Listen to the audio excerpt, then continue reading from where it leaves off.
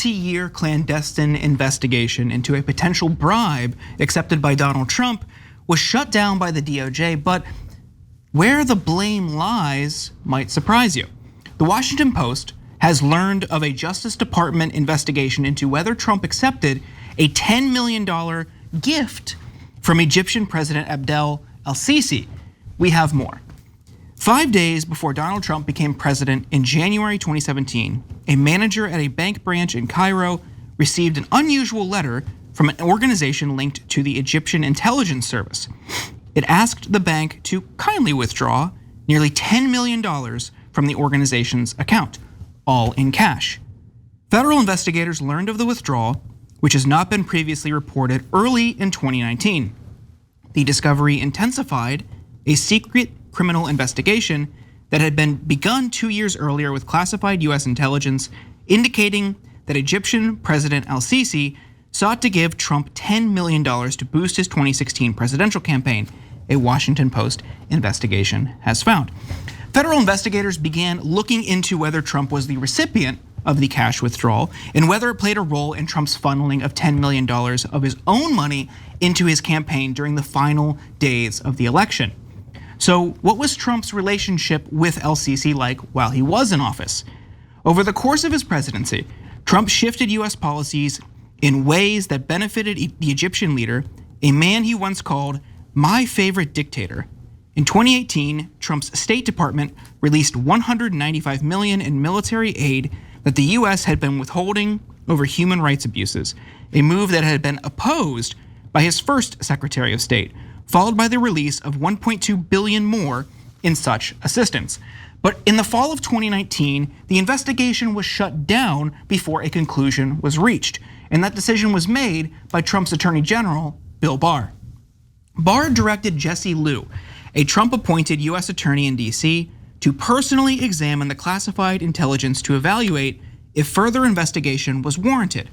Barr later instructed FBI Director Chris Wray to impose adult supervision on FBI agents Barr described as hell-bent on pursuing Trump's records, according to people familiar with the exchange. It is unclear what, if any, actions Wray, who was also appointed by Trump, took in response. In June of 2020, the prosecutor Barr appointed to take over the office leading the case closed the probe, citing a lack of sufficient evidence to prove this case beyond a reasonable doubt. Come November 2020, Trump loses to Joe Biden, Biden takes over, appoints Merrick Garland Attorney General. So what does he do? Michael Sherwin, the then acting US attorney who closed the case, explained. Biden administration appointees, including Attorney General Merrick Garland, who took over the department months later, could have relaunched the probe if they disagreed. The case was closed without prejudice, Sherwin said. Anyone could have reopened the case the second I left that office. The case was not reopened. A spokesperson for the Trump campaign had this to say. The investigation referenced found no wrongdoing and was closed. None of the allegations or insinuations being reported on have any basis in fact. The Washington Post is consistently played for suckers by deep state, Trump haters, and bad faith actors peddling hoaxes and shams. Hey, don't scroll away. Come back. Because before the video continues, we just want to urge you to lend your support to TYT. You power our honest reporting. You do it at tyt.com/team, and we love you for it. Cenk, what do you make of this? Do you think this case was closed appropriately? Do you think Merrick Garland should have at least reopened it to reach a definitive conclusion? Yeah, so as usual, I'm furious at Merrick Garland, the weakest man on the planet. So I'll come back to him in a second. So first off, guys, is this something that should be investigated, period? Let's acknowledge some of the facts on both sides. So number one, did the Egyptians take out $10 million for some sort of secret operation? Definitely. We now have their bank account information because we had enough evidence to inquire into this, and it was part of the Mueller report, and the judges took it very seriously. They deliberated and decided, yes, you have enough evidence to demand of that Egyptian bank their records or the banks that dealt with them. And there was huge fines that were involved, and finally the banks relented and gave the information. So, and the Egyptians definitely didn't want it known. And so now, on the other hand, the Egyptians bribe a lot of people. So just saw a spectacular case of Democratic Senator Bob Menendez, who was bribed by the Egyptians, and he was just convicted, and money and gold they gave him, right? And by the same agency, and of course that's their intelligence agency. So now, how about Trump? Well, they investigated between March or November of 2016, because Robert Mueller actually, even though the Republicans and Trump cried so hard about him, he's also super weak in my opinion. And so he investigated for only that period of time, and in there was 2 transactions that could have been Donald Trump receiving $10 million, including one for $10 million. But they looked into it, and those were clean. That was not from Egypt, and they traced the money, etc. So I believe them because they have every incentive to, they don't have any incentive to clear Donald Trump in that case. It's the Mueller doing the investigation, etc. So he's fine in 2016. Now, obviously, there's this huge thing of at the very end of his campaign, his team's like, we need another 10 million to run these ads, and this is well documented, right? And Trump, because he's Trump, is like, no, I don't want to give my own money. What am I, a sucker and a loser? I want those idiot MAGA guys to give me the money, okay? Or some of these corrupt corporate guys we're doing deals with, right? I don't want to give it. And then at some point, magically, he decides, oh, you know what? I think I do have 10 million to give, and he does give it. Now that's not enough evidence to say that it was Egyptians. Maybe he thought, well, all right, God damn it, I want to win, and I'll give the $10 million, even though that's not typically what he does, okay? So then you have to investigate 2017, because there's a couple of transactions that happened in 2017 that you could see publicly that's got like these big blinking signs of, look here, right? Bill Barr comes in, sees all that. Now this is later in 2019 when all of this is finally uncovered, right? And he goes, as Jordan explained to you, yeah, let's have some adult supervision here. What that means is shut it down. Don't these guys know that we don't want Donald Trump exposed, right? And it's so as you see all the terrible things that Bill Barr did to protect Donald Trump, you should keep in mind, even Bill Barr, who was willing to do everything dirty to help Trump, when Trump finally did the fake elector scheme, Bill Barr's like, well, I didn't know we were gonna do a coup. I just wanted you to be a normal, terrible, corrupt politician. And I'm willing to cover up anything, but not a coup against America, right? So understand how low Bill Barr's bar is, okay? So, all right, then Merrick Garland gets into office. Hey, dumbass, you know that giant investigation of where the prosecutors, even during the Trump administration, underneath the political appointments, career prosecutors going, we got evidence, we gotta go, we have them, God damn it. It wasn't the Russians, it was the Egyptians. And look, the Egyptians are bribing Menendez, etc. And Merrick Garland lets them go after Menendez. Good, great. I would never want him protecting Democrats. And Menendez is as big a crook as you'll ever find, right? And then when it comes to Trump, as usual, Merrick Garland's like, okay, not yet, okay? And if you don't know and you're new to this, Merrick Garland is a classic establishment Democrat. Protect the elites. Because if we go after Trump, then they might come after us. And our genteel ass is the most important thing on the planet. So for whatever reason, that loser never reopened the case. So I want that case reopened because I care about America. And look, what did I tell you about Israel? You think Israel's the only country that's trying to control American politicians? Of course not. It's an open auction. Everybody's coming in to try to bribe, do campaign contributions, control our government in every way possible. So does Israel do it, in my opinion, through AIPAC? Of course. Do the Egyptians do it by just taking out $10 million, give it to Menendez and maybe give it to Trump? Of course. So wouldn't it be amazing if we had politicians who actually cared about us, American citizens? Apparently it's too much to ask for in either party. All right, what do you think, Waz? There's just several things that I love about this story, particularly Trump's campaign operation or spokespeople saying that, Bill Barr and Trump's appointed DOJ saw nothing in it. And so obviously there's nothing. And the idea that Merrick Garland and them didn't do anything, I think it's classic Democrat stuff.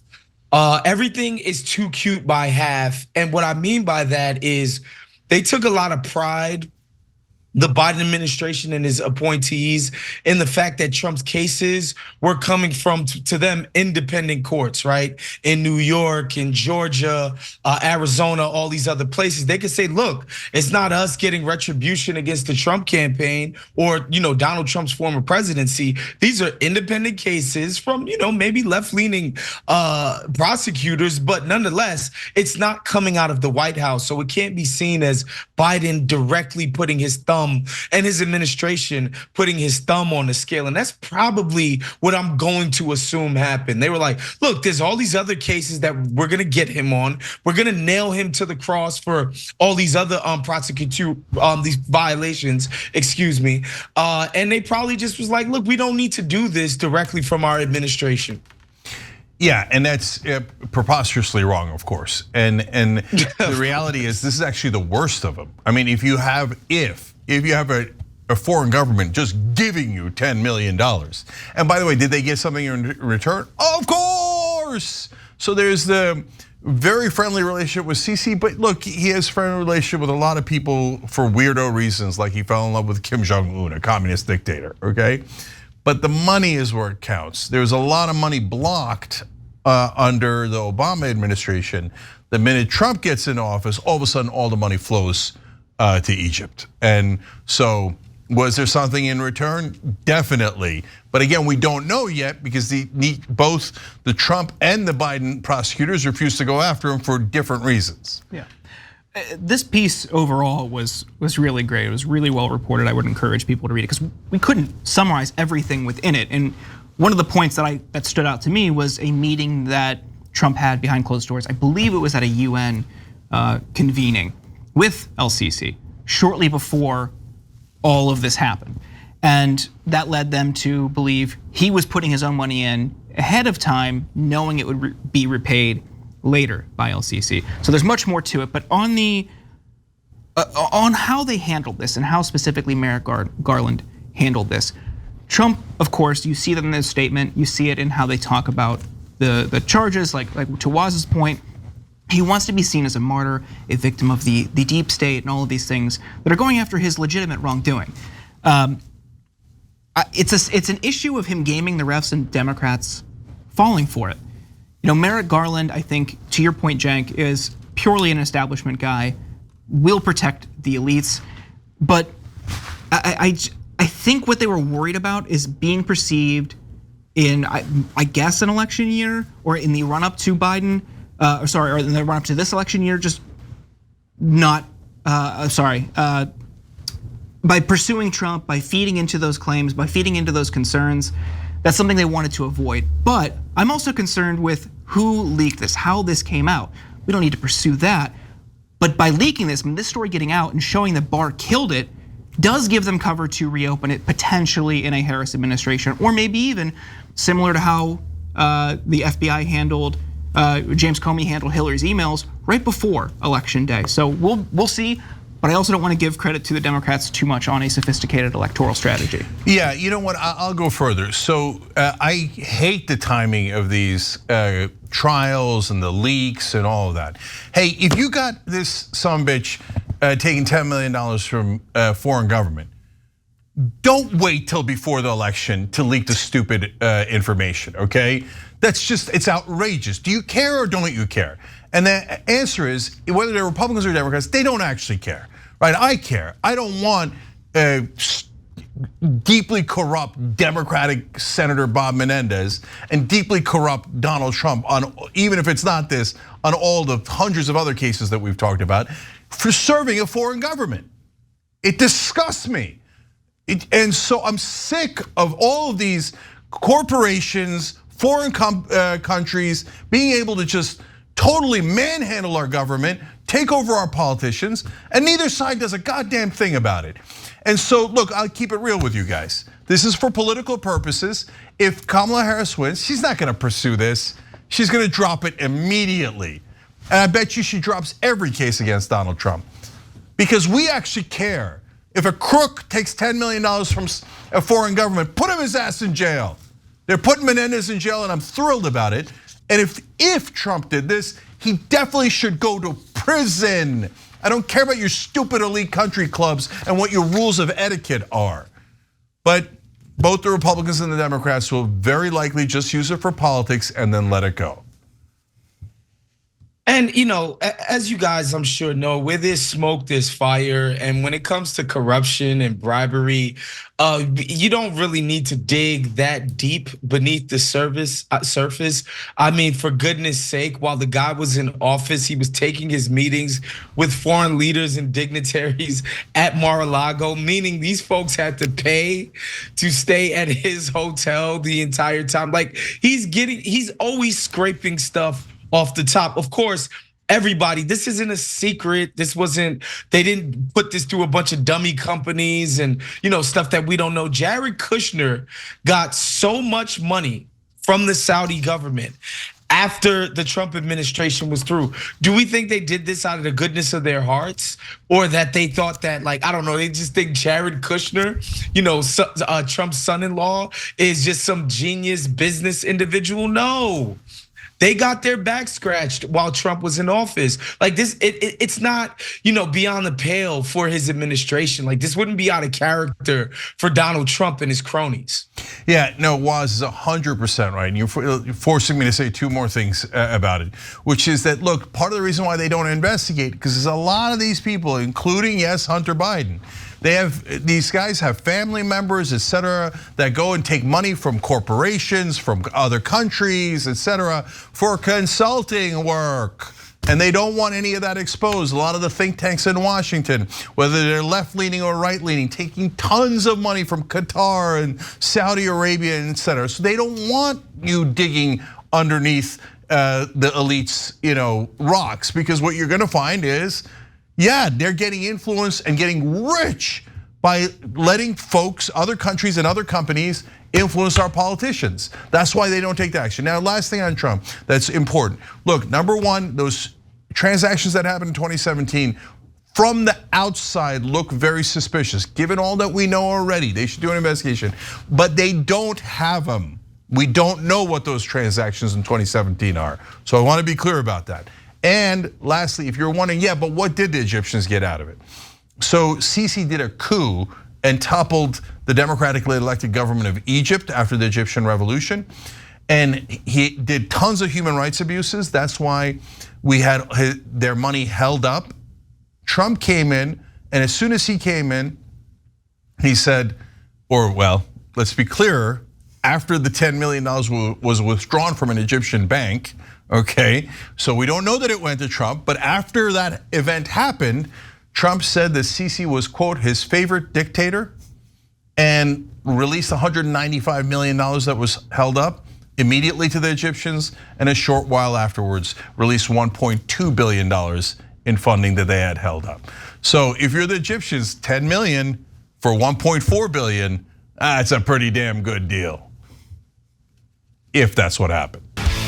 Thanks for watching the video, guys. We also love it if you hit the join button below, because that makes you a member, and members allow us to be independent, honest. We can be as progressive as we want, no corporate media influence, and that's all because of you guys. We love doing the show with our members. Hit the join button, become one of the Young Turks.